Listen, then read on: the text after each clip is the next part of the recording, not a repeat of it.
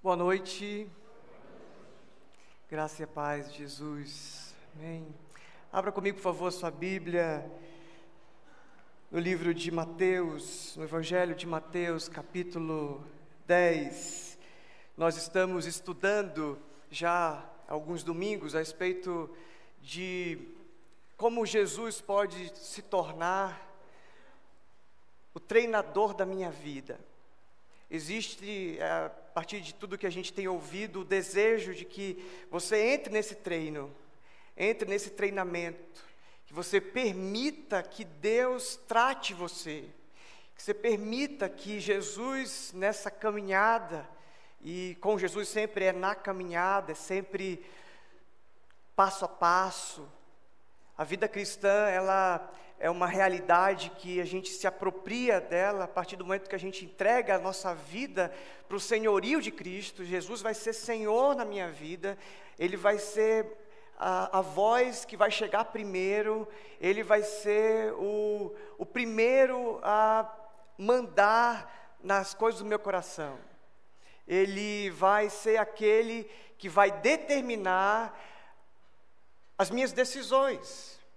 Ele vai me ajudar a abrir mão de algumas coisas que a minha carne deseja, a minha vida, por muito tempo, pelo fato de estar no mundo contaminado, de estar no mundo corrompido, eu aprendi, eu decido, a partir desse momento, que Jesus vai ser o meu treinador. Eu aprendi e vou permitir que a palavra dele vai determinar aquilo que é certo e aquilo que é errado.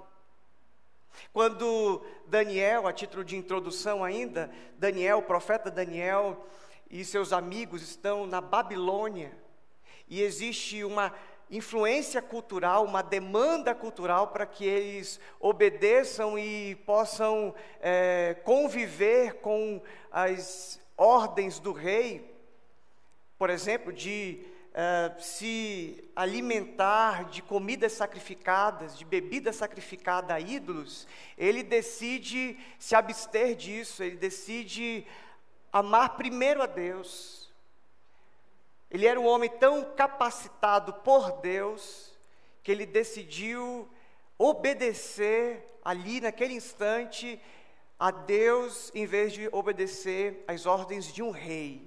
Porque havia um outro rei sentado no trono da vida de Daniel.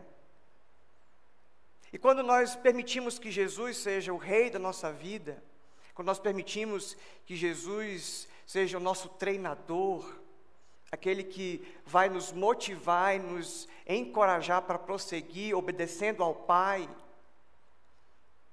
então nós abrimos a mão da nossa vontade, do nosso desejo para obedecer e para caminhar segundo a palavra dEle, a vontade dEle, a direção dEle. Sempre é a primeira coisa que a gente quer quando vai fazer uma decisão. O que Deus pensa a respeito? O que Deus quer que eu faça?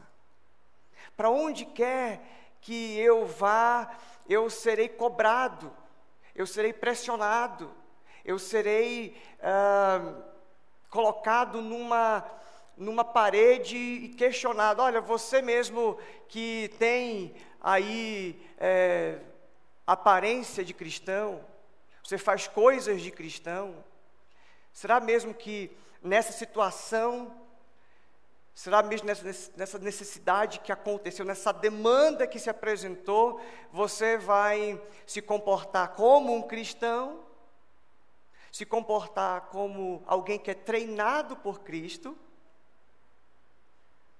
alguém que tem o senhorio de Cristo, ou você vai negociar com a sua fé, por conveniência, com medo, por aceitação do grupo, por causa da pressão do grupo. Então você abre mão do senhorio de Cristo, tira o Senhor Jesus do trono, não segue mais a dieta, não segue mais o treino, não segue mais as suas orientações e segue de novo o seu coração.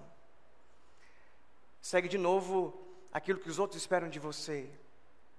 Então, a nossa conversa de hoje é a respeito de um momento na caminhada do discípulo de Jesus, que Jesus ensina os discípulos a usarem a sua espada.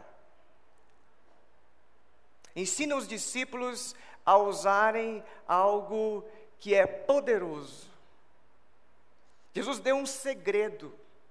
Jesus ensinou algo que hoje a minha vontade, meu desejo é que você saia daqui desejando também ser treinado por Jesus para usar bem a sua espada. Amém ou não? Então vamos comigo, por favor, em Mateus capítulo 10, e eu vou ler o texto de Mateus 10, 34. Mateus 10, 34. Jesus disse: não pensem que vim trazer paz à terra. Não vim trazer paz, mas espada. Não pensem que vim trazer paz à terra.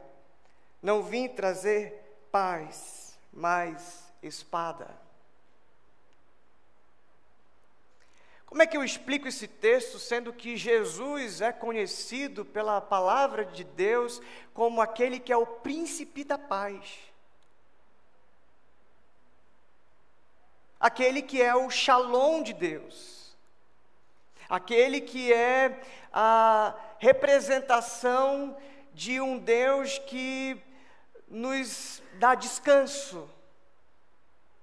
Ele mesmo, Jesus, vai dizer em Mateus capítulo 10 que Ele é o bom pastor e as suas ovelhas ouvem a sua voz. Ele leva as ovelhas a um lugar de descanso.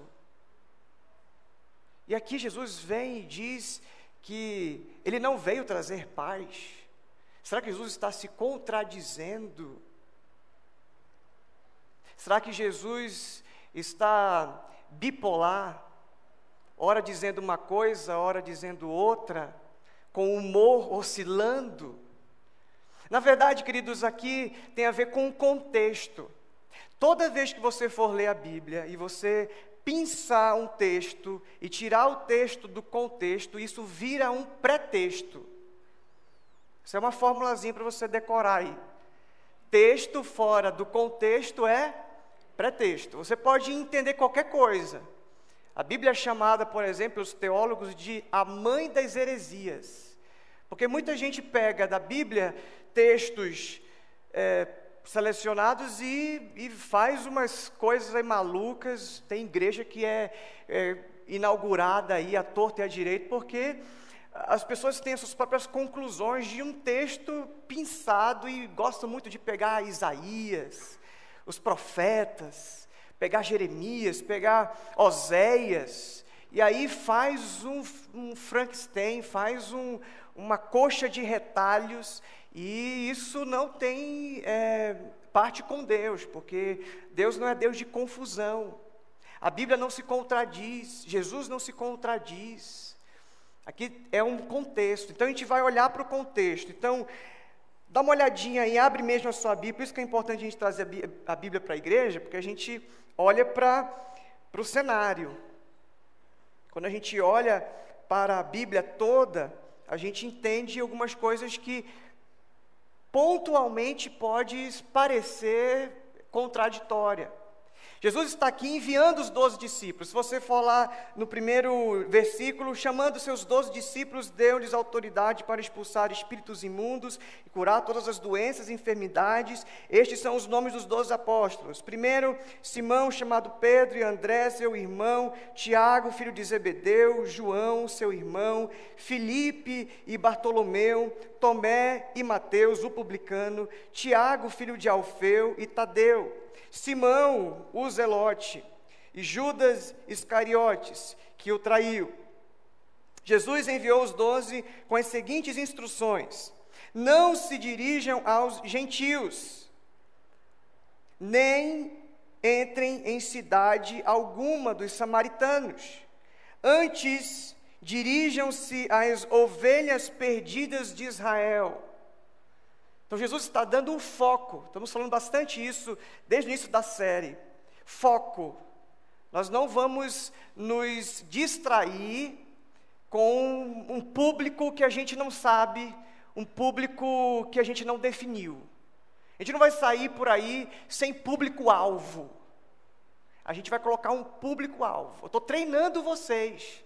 Então precisa de algumas diretrizes.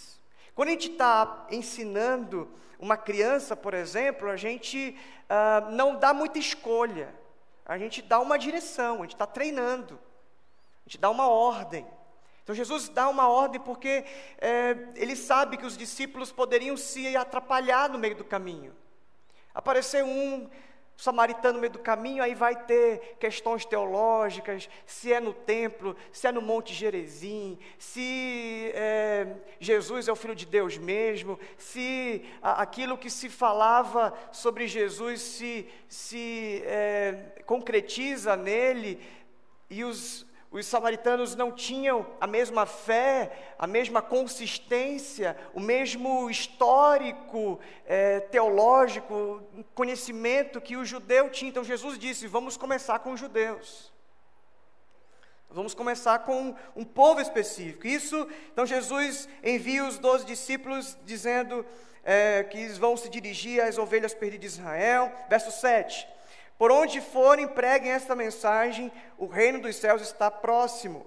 Curem os enfermos, ressuscitem os mortos, purifiquem os leprosos, expulsem os demônios. Vocês receberam de graça, deem também de graça. Não levem nem ouro, nem prata, nem cobre em seus cintos, não levem nenhum saco de viagem, nem túnica extra, nem sandálias, nem bordão, pois o trabalhador é digno do seu sustento. Na cidade ou povoado que entrarem, procurem alguém digno de recebê-los, e fiquem em sua casa até partirem. Ao entrarem na casa, saúdem-na. Se a casa for digna, que a paz de vocês repouse sobre ela. Que a paz de vocês repouse sobre ela. Então Jesus está enviando os seus discípulos com uma mensagem de paz, de arrependimento, de pastoreio. Ele falou, olha, vamos cuidar então das ovelhas desgarradas, as ovelhas perdidas de Israel. Jesus, em outro momento, olhava para a multidão, e esse é um texto que eu gosto muito, e ele diz que ele sente muita compaixão e fica entristecido, e ele fala que o motivo da sua tristeza é porque aquela multidão, aquelas pessoas eram como ovelhas sem pastor. Gente que não é cuidada, gente que não é treinada, gente que não tem uma disciplina, não tem alguém que lhe coloque em encorajamento, em motivação, em palavras de entendimento, de discernimento, a respeito das coisas de Deus, por exemplo. Então Jesus mais uma vez está enviando os seus discípulos para isso. Só que o trabalho, queridos, não é fácil. O trabalho de pastorear, o trabalho de levar as boas novas, pregar que o reino de Deus chegou, o trabalho de expulsar demônio, o trabalho de inspirar pessoas, é um trabalho pesado, complicado, e tem conflitos.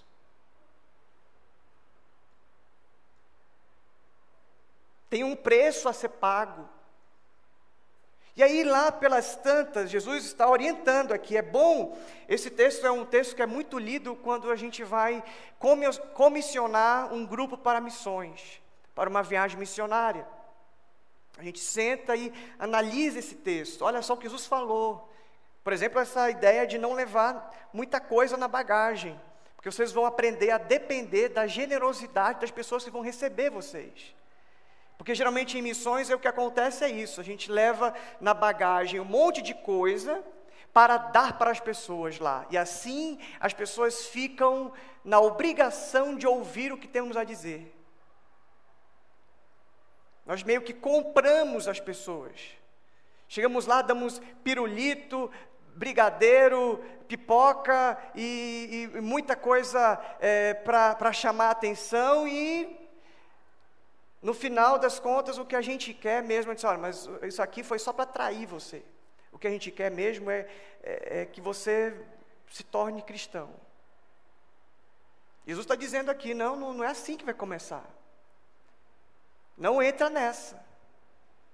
Vocês têm que chegar numa casa com coração humilde. Como se a outra pessoa, aqui já estou dando uma palavra a respeito de missões, de evangelização do outro.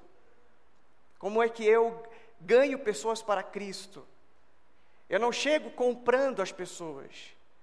Eu não chego oprimindo as pessoas, catequizando as pessoas. Eu chego e sou dependente da generosidade dele. Conheço a história dele primeiro. Fico na casa dele primeiro. Aprendo a história dele primeiro.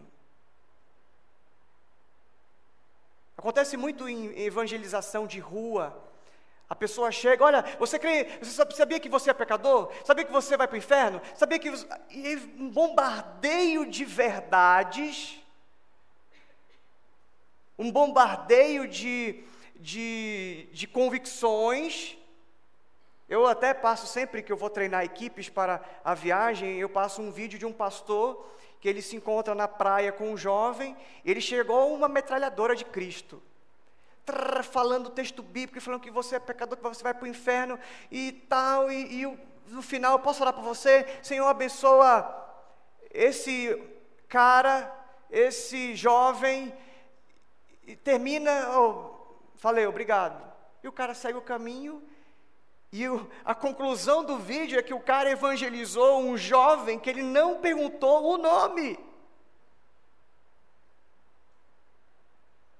Que ele colocou em goela abaixo. Então a orientação de Jesus é outra.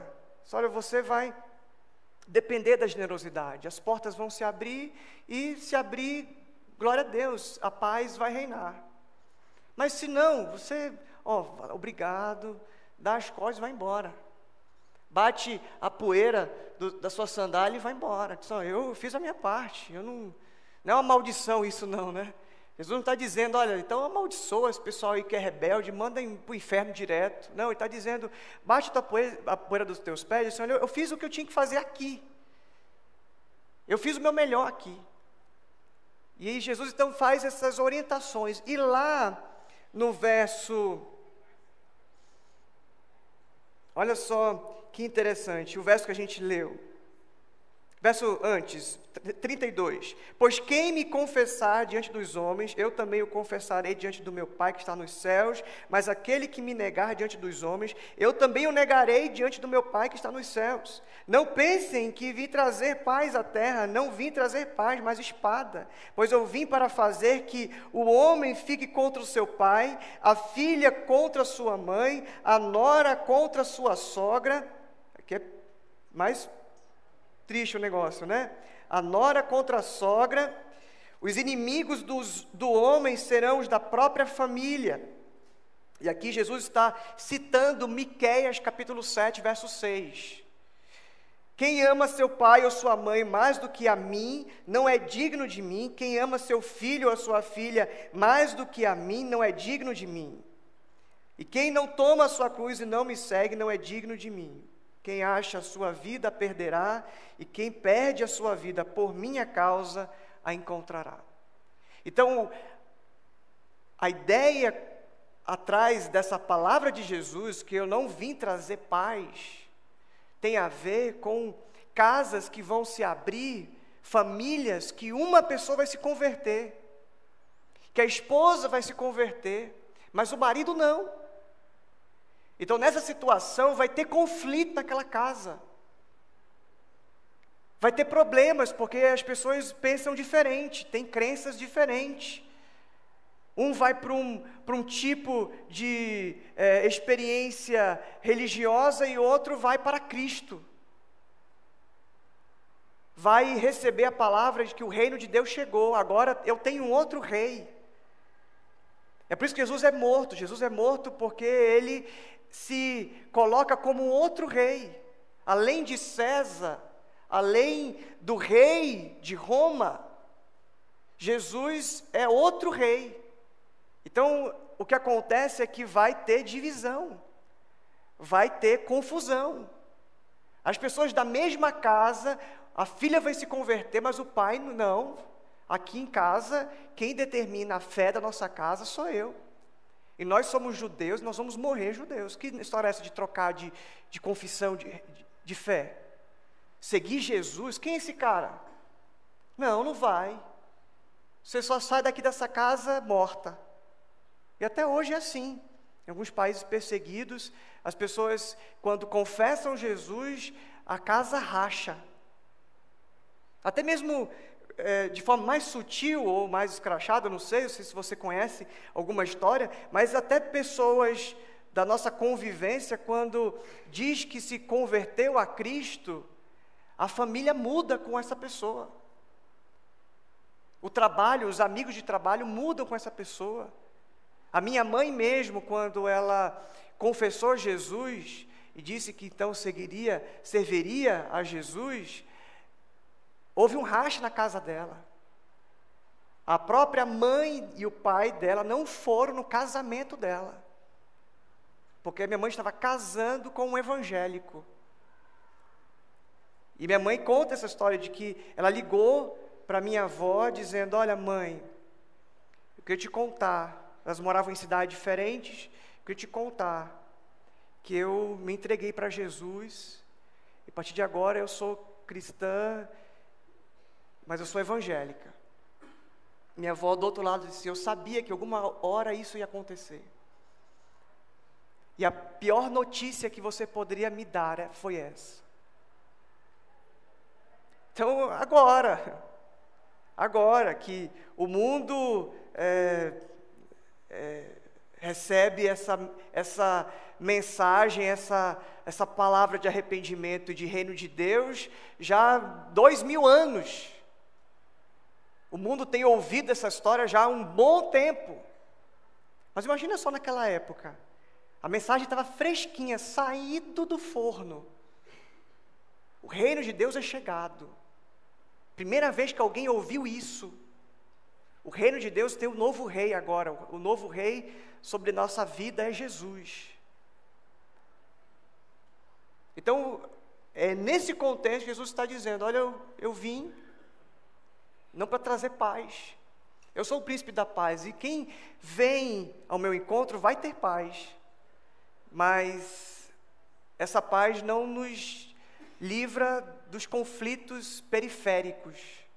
A Bíblia diz que a paz de Cristo excede todo entendimento. Então, ela também excede todo conflito, todo problema relacional, porque nós estamos com o coração nele, e fazemos dele o nosso treinador pessoal, fazemos dele o nosso Senhor, o nosso Rei. Então, essa é a palavra. Quando ele fala: eu vim trazer espada, eu vim trazer divisão, vai ter gente que vai se converter, gente que não vai se converter. E talvez haja morte. E muitos discípulos foram mortos à espada. Houve uma caça às bruxas na época de Jesus, horripilante. Gente apedrejada, gente serrada ao meio, gente degolada, gente decapitada, gente crucificada. Porque ele não veio trazer paz, essa paz. Ele mesmo vai dizer, né? Eu deixo a minha paz vos dou, não vos dou como o mundo a dá. Eu vou trazer, por causa do reino, por causa de quem confessa a mim como seu treinador, como seu Senhor, como seu Rei, espada. E essa espada, ela vai cortar, ela vai romper, ela vai dividir, ela vai ser dura, vai ser difícil passar por esse tipo de intervenção de Deus. Vai ser horroroso para algumas famílias. O Evangelho chegou para você, soa bonito agora, mas naquela época pregar que o Evangelho, que o reino de Deus chegou, que as boas novas chegaram, iria colocar uma nação em pânico. Em pânico. Soldados romanos se disfarçavam para descobrir cristãos. E quando se descobria, saía todo mundo morto. Saía não, né? Ficava todo mundo morto. E quem saía correndo conseguia se salvar por um tempo. Mas é tão misterioso, é tão de Deus, é tão sobrenatural que, apesar de toda essa perseguição, o cristianismo continua hoje crescendo.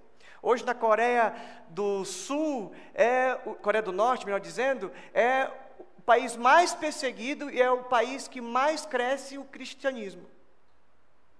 Mais gente se converte, mais gente é batizada. E é um absurdo, assim, é coisa de 1000 pessoas por dia. Uma coisa de louco. Por causa que Jesus falou que vocês vão ter que aprender a lidar com a espada. Vocês vão ter que aprender a lidar com essa cirurgia, com essa intervenção dolorosa de Deus na vida de vocês. Agora, é claro que essa palavra espada, e eu, então, estudando o nosso guia, Jesus Coach, que é a nossa série, Jesus, nosso treinador, me chamou a atenção o fato de que também o treino de Jesus a respeito da espada, a respeito daquilo que vai acontecer quando nós nos colocarmos como obedientes à sua vontade, ao seu reino, à sua soberania, é que nós iremos ser também tratados por Ele. Então, algumas coisas, escute o que eu vou dizer agora. Essa é a parte mais importante do que eu disse até aqui. Nós iremos, por causa do treinamento de Jesus, ter que também cortar algumas coisas da nossa vida.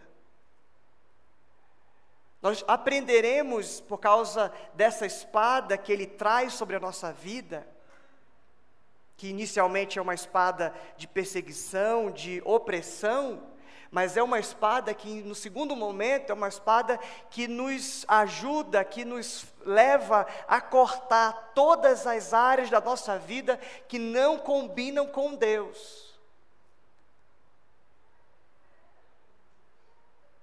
E aqui é uma palavra para cada um de nós. Se você decidiu fazer de Jesus o seu treinador, então você vai ter que se submeter à espada. Primeiro momento, a espada da perseguição, dos cortes, das pessoas, da família, pai contra filho, filho contra pai, e vai ver uma confusão generalizada, mas também a espada que vai cortar as coisas que existem dentro de você, que não são de Deus, que não lhe fazem bem. João Batista vai dizer, vai usar uma ilustração do machado. Olha, o machado já está na raiz das árvores. Jesus vai usar também o texto de João capítulo 15, quando ele fala que ele é a videira verdadeira e o Pai é o agricultor, e todos que estão nele, estão conectados na videira, dão fruto. E quem dá fruto, ele vem e poda. É a mesma ideia da espada ou do facão, ele vai vir podando para que dê mais fruto. E quem não dá fruto, quem é um galho seco, infrutífero, estéril, ele é cortado e jogado fora. Quando nós lemos o texto, e vale a pena a gente ler de novo o texto de Hebreus capítulo 4, o autor de Hebreus, quando escreve esse texto, referindo-se à palavra de Deus, a palavra da boca de Deus, que nos ajuda a discernir, a separar as coisas. Olha só que texto lindo esse que o Júnior leu no início da celebração. Hebreus capítulo 4, verso 12. Pois a palavra de Deus é viva e eficaz e mais afiada que qualquer espada de 2 gumes. Ela penetra até o ponto de dividir alma e espírito, juntas e medulas, e julga os pensamentos e as intenções do coração. A Bíblia diz que o coração do homem é enganoso. Então vem a espada, vem a palavra, vem essa ferramenta de Deus para nos aperfeiçoar, essa arma de Deus para nos ajudar a discernir o que é certo e o que é errado, a cortar de nós tudo que não é de Deus, a decepar, a cortar o mal pela raiz. Já disse alguém que quando você quer matar um dragão, você pisa no ovo, quando ele é um ovo ainda. Porque depois que ele saiu do ovo, virou um dragãozinho, um dragãozão e soltou fogo pelas narinas, game over, já era. Então Jesus está dizendo, eu vou ensinar vocês a usarem a espada, como treinador de vocês, o treinador de artes marciais, o treinador da arte da espada, da arte da guerra, não do Sun Tzu, mas a arte da guerra espiritual, da batalha espiritual. Eu vou ensinar vocês a usarem a espada que discerne as coisas, que corta o que não presta da tua vida. Você não pode caminhar comigo sem cortar algumas coisas. Essa é uma arma que não pode ficar fora das tuas mãos.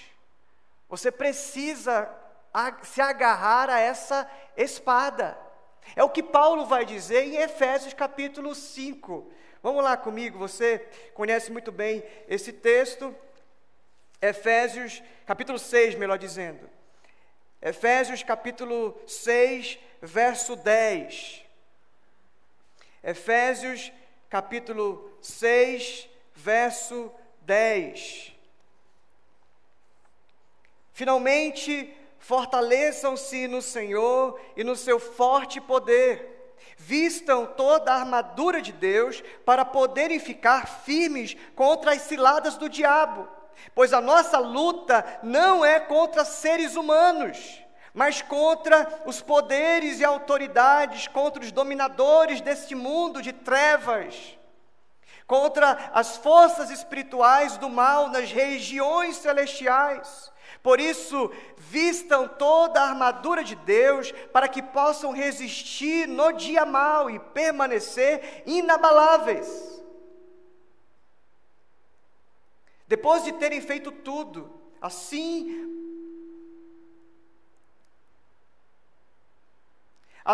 mantenham-se firmes, cingindo-se com o cinto da verdade, vestindo a couraça da justiça e tendo os pés calçados com a prontidão do evangelho da paz.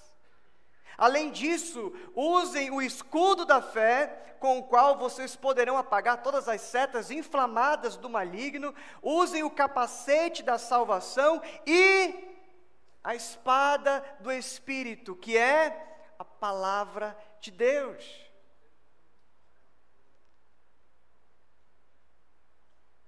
Existe um ponto na caminhada com Cristo, meus queridos, que não dá para seguir se você não passar pela espada. A primeira espadada que você leva é que algumas coisas não vão ficar tão fáceis. Eu não vim trazer paz. Não vim trazer paz. Ele fala 2 vezes, ele confirma isso. Eu vim trazer espada.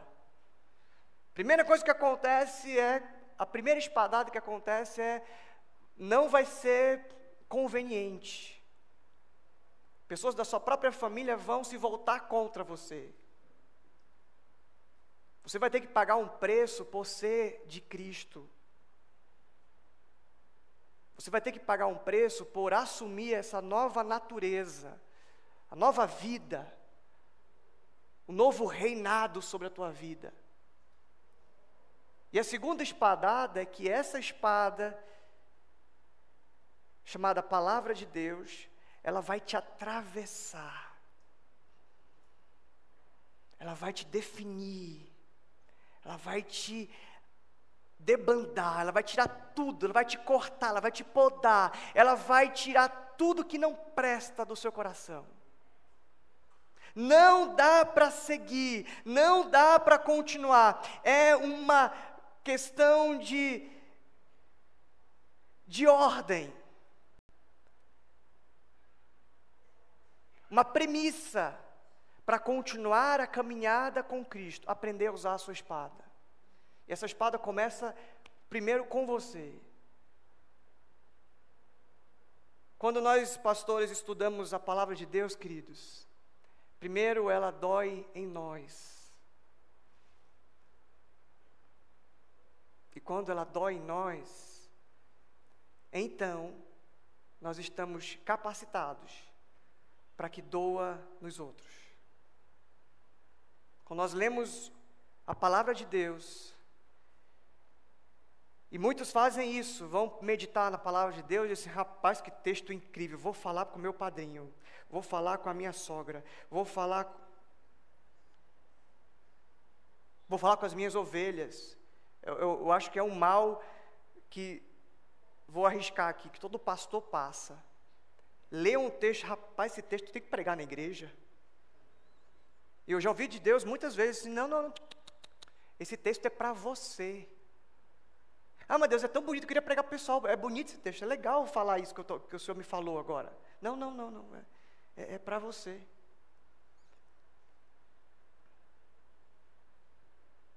Porque não dá para fazer isso aqui, ó.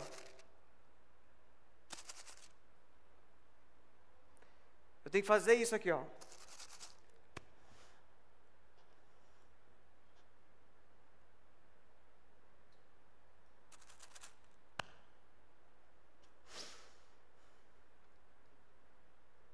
E só depois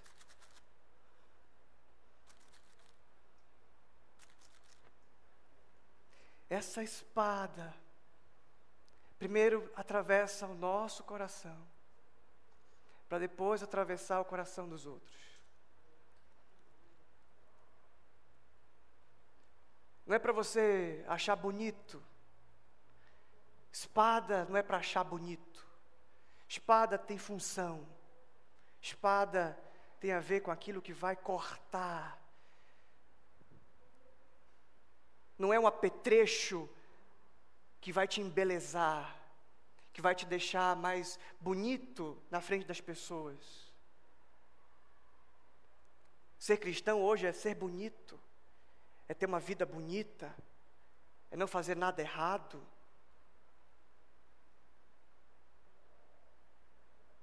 Eu temo esse tempo que a gente vive, quando ser cristão é bom. Eu temo esse tempo que ser cristão é fácil, que ser cristão não precisa assumir compromisso diante de ninguém, que não tem que matar e nem cortar nada de mim, escrever frase bíblica no Facebook, ou colocar no adesivo no seu carro, ou uma camiseta, ou uma tatuagem com texto bíblico, virou luxo.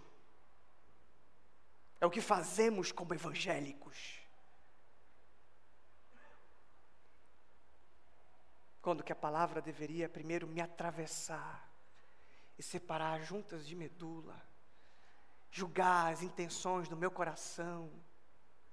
E então, depois que eu aprendi, passei pelo treinamento com Deus e aprendi a lutar com a minha espada, e aí sim, eu serei um cristão digno,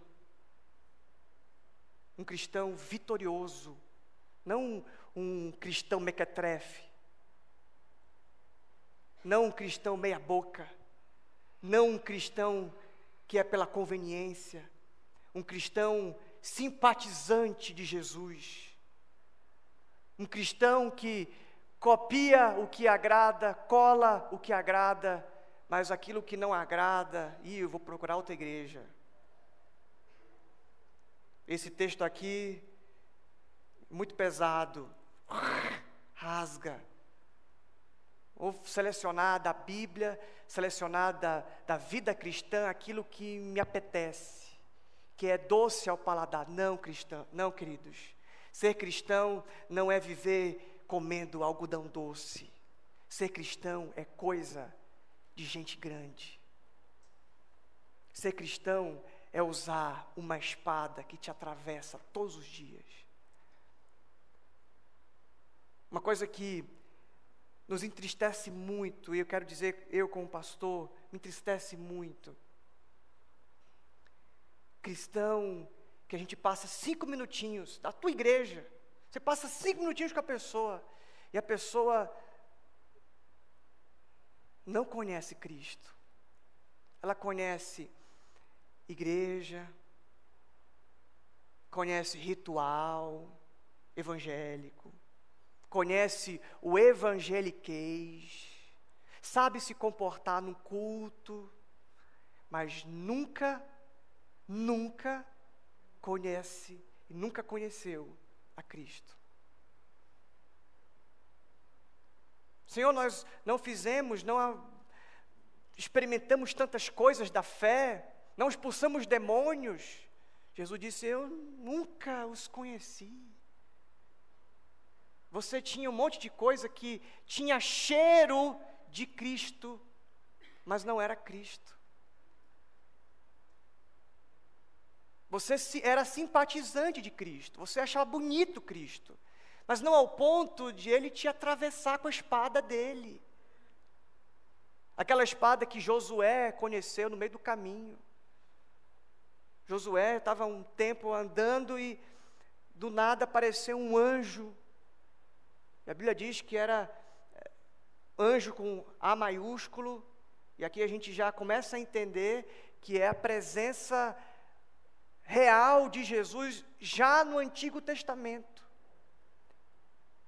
E quando ele vê esse anjo com A maiúsculo, o anjo de Deus, ele carrega uma espada, e essa espada que eu e você aqui estamos sendo desafiados a viver todos os dias da nossa vida sendo atravessados por ela.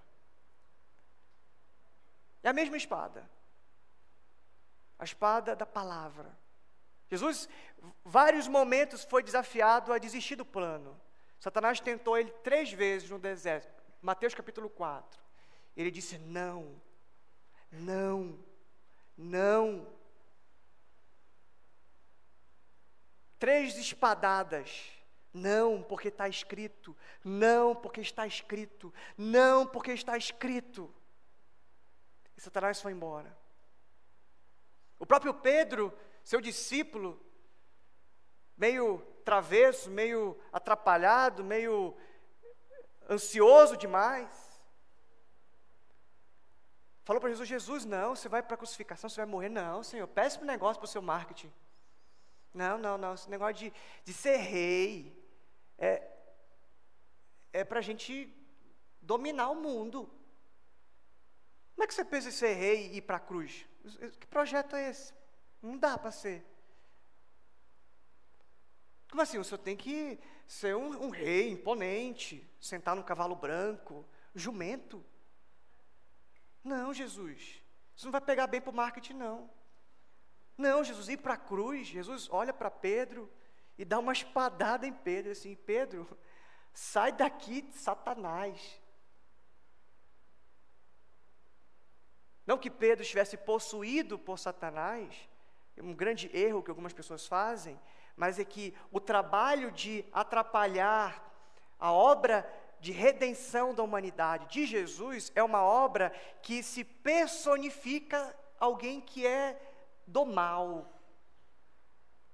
alguém que está fazendo o papel de Satanás.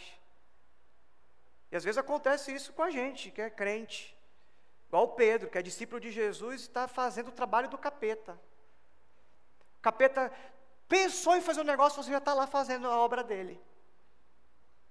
Já pensou num negócio desse? Satanás desse rapaz, esse pessoal cristão é criativo, né? Tem coisas que eu nem imaginei fazer para atrapalhar a vida deles, eles fazem por si só. Eles se colocam no meu lugar de Satanás. São tão maldosos, tão rebeldes, tão obstinados. E aí a espadada de Jesus para Pedro serve para você e para mim hoje. Ei, você vai se comportar como Satanás até quando?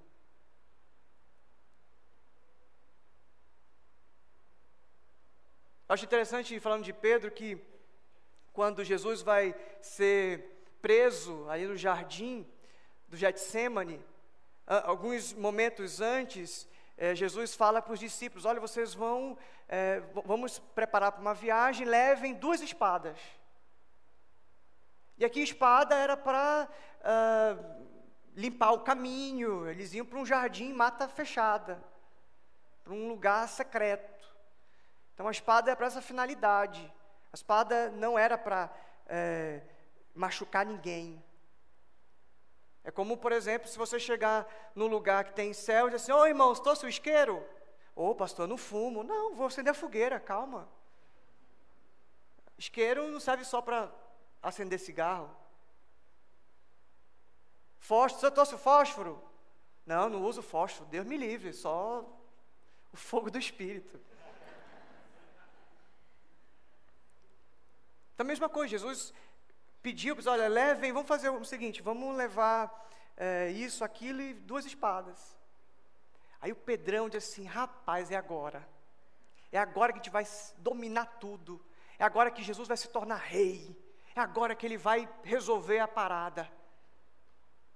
E aí Jesus está ali, ora, tem aquele momento de agonia, tempo de quebrantamento, contrição, e chega o grande momento, os soldados vêm, os servos dos sacerdotes vêm e pegam Jesus à força, e o Pedrão disse: é agora, estou com uma espada aqui, estou fazendo nada mesmo.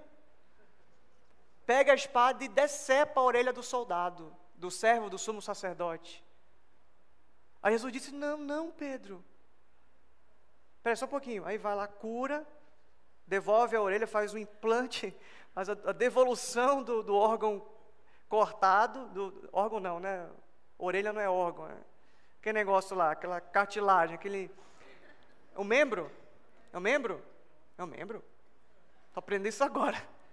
Colocou a orelha no lugar, não vamos perder tempo com isso não. E aí eu disse: Pedro, eu não... Guarda essa espada, Pedro.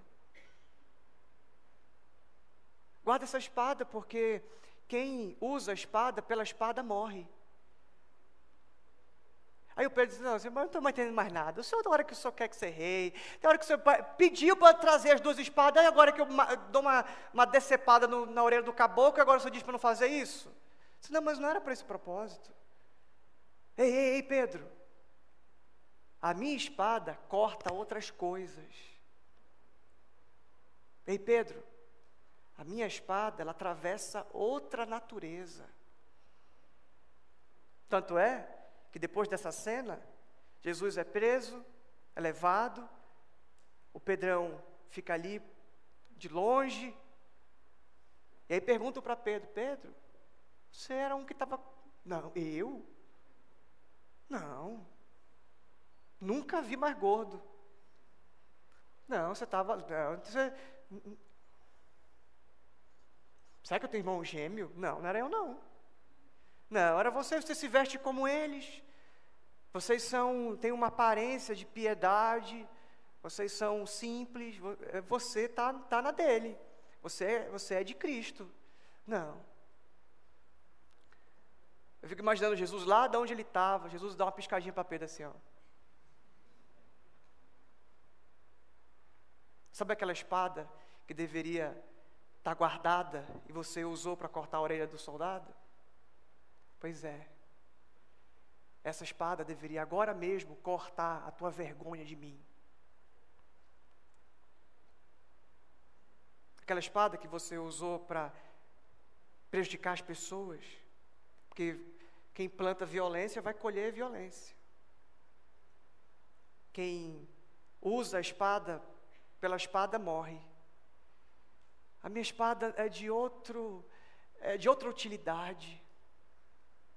A Bíblia vai dizer, né? Não é por força nem por violência, é pelo meu Espírito. Pedro, eu não vim para sair decepando e resolvendo a coisa no grito, resolvendo a coisa na espadada. Aquilo que você deveria cortar da tua vida, você não corta. Que história é essa? De sair cortando os outros da sua vida? Agora, trago para a reflexão nossa aqui. Você usa a espada para definir os outros, para cortar o outro, para maltratar o outro, para violentar o outro. Não. Eu quero te treinar. Eu, como teu treinador, eu quero te treinar a usar a tua espada para atravessar primeiro o teu coração, das tuas vaidades, da tua arrogância, das tuas falhas de caráter, das tuas mentiras, das tuas incoerências. E eu te torno mais simples, mais humilde, te torno mais amável. Minha espada, então, tem essa função de atravessar o teu coração e fazer você cortar as coisas que não pertencem a mim. Eu quero já aplicar, queridos, para nós aqui, e já indo para o encerramento, é que o que Deus quer de nós, como seus discípulos, como seguidores de Jesus, como aqueles que são treinados por Jesus,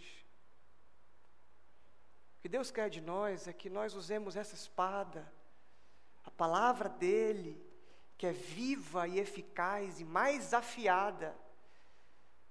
Ele nem diz que é uma espada, ele diz que é mais afiada que uma espada de 2 gumes.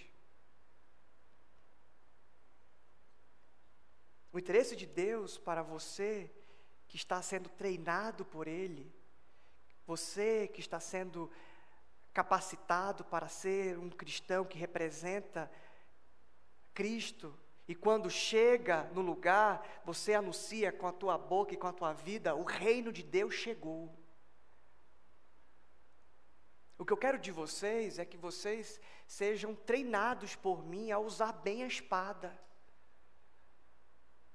O que tem de crente aí que não conhece a palavra, e anda dando cabeçada, anda se atrapalhando todo, na vida toda, porque não conhece, não tem as orientações de Deus. É o que o salmista Davi, que sabia muito bem de espada, falou: guardei a tua palavra no meu coração para não pecar contra ti. E tem muita gente que não está sendo treinado como cristão, não está permitindo que Cristo lhe treine nesse quesito. Se treina de outras coisas. Aprende que tem que ir para a igreja todo domingo. Aí ficou treinado, ficou condicionado. Comportamento repetitivo. E assim como acontece com a lesão por esforço repetitivo, tem crente com espiritual. Lesão por esforço repetitivo. Vai domingo, todo domingo na igreja. Faz os ritos de um cristão, de um evangélico, mas a palavra de Deus não chega nem perto. A espada daquele anjo de Josué não te atravessa. Aquela espada de Hebreus capítulo 4, verso 12, não é viva e eficaz na sua vida. A armadura de Deus, cinturão, couraça, capacete, escudo, sandália, espada, não tem. Totalmente desprotegido, totalmente improdutivo, totalmente inoperante, não sabe o que fazer com a arma que tem nas mãos. Não serve para ser enviado como um representante do reino de Deus.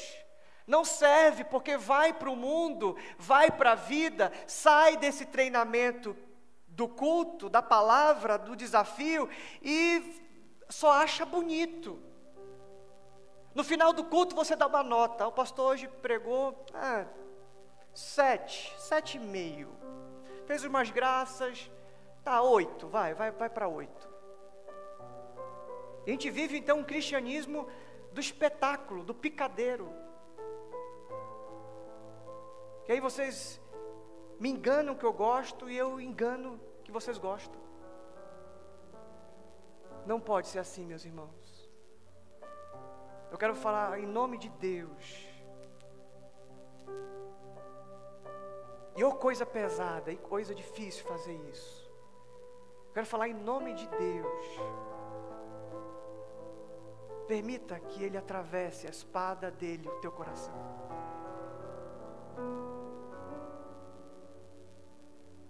Permita que Ele te treine para lutar e vencer. Permita que Ele te ajude a manusear bem a palavra, para que você tenha uma vida vitoriosa.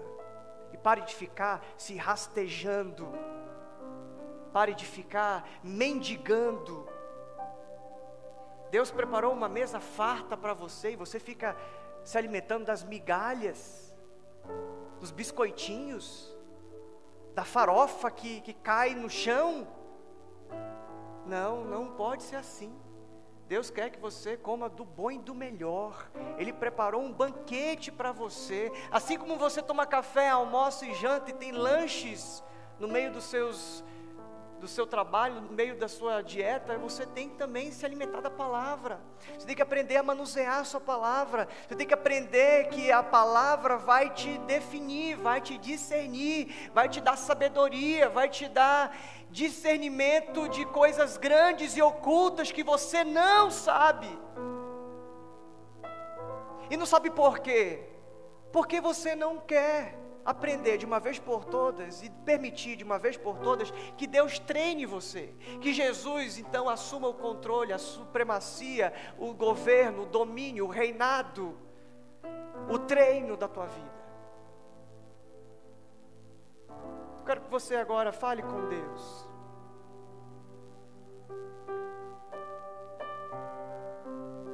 Quero que você fale com o Senhor. Quais são as áreas da sua vida que precisam ser cortadas, que precisa da intervenção dessa espada do Senhor Jesus, que precisa acontecer na sua vida?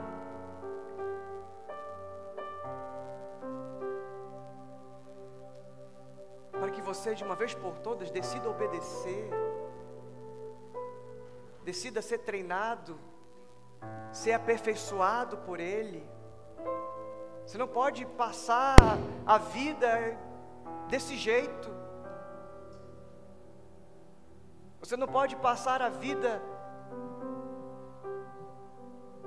se comportando como alguém indefeso, alguém que precisa de alguém mais poderoso espiritualmente para te ajudar a se levantar das tuas quedas corriqueiras.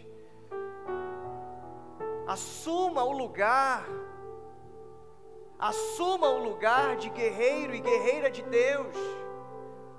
Assuma o lugar que é seu, lugar de treino, lugar de disciplina, lugar onde Deus te faz forte para vencer os dardos inflamados do maligno, para vencer as investidas de Satanás.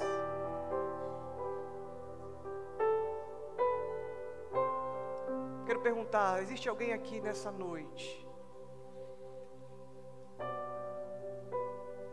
que entendeu essa mensagem e entendeu que essa espadada era para você?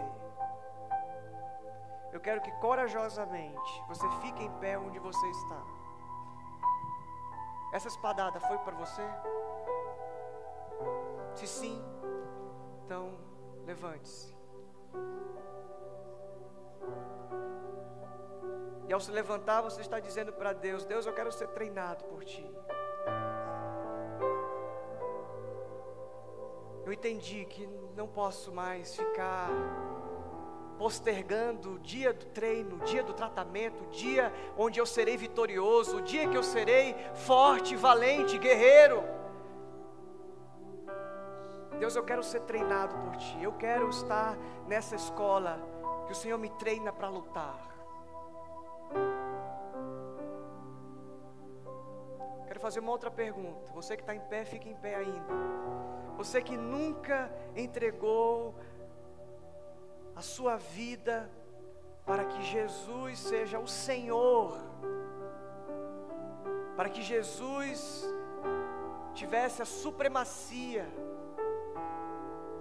para que Jesus tivesse o domínio. Você nunca tomou uma decisão diante de quem Jesus é. Eu quero que também você, como esses nossos irmãos corajosos, eu quero que você também, corajosamente, pela primeira vez, nunca fez isso, nunca entregou sua vida para Jesus, nunca permitiu que Ele treinasse você. Quero que você corajosamente fique em pé também. Nós queremos orar por você. Alguém nessa noite que quer entregar a sua vida para o Senhor Jesus, para que Ele comece um processo de limpeza. Glória a Deus, aleluia.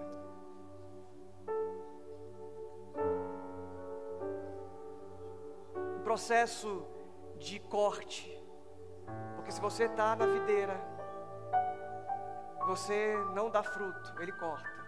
Mas se você dá fruto, Ele vem e te poda, Ele te aperfeiçoa, Ele te capacita, Ele te melhora, Ele te dá discernimento, te dá sabedoria, e aí você pode produzir mais fruto ainda. Alguém aqui, vou perguntar pela última vez. Glória a Deus. Alguém quer dizer para o Senhor: Pai, eu quero ser cortado por Ti, tratado por Ti. Eu não quero continuar sem ser tratado por Ti. Que essa espada atravesse o meu coração.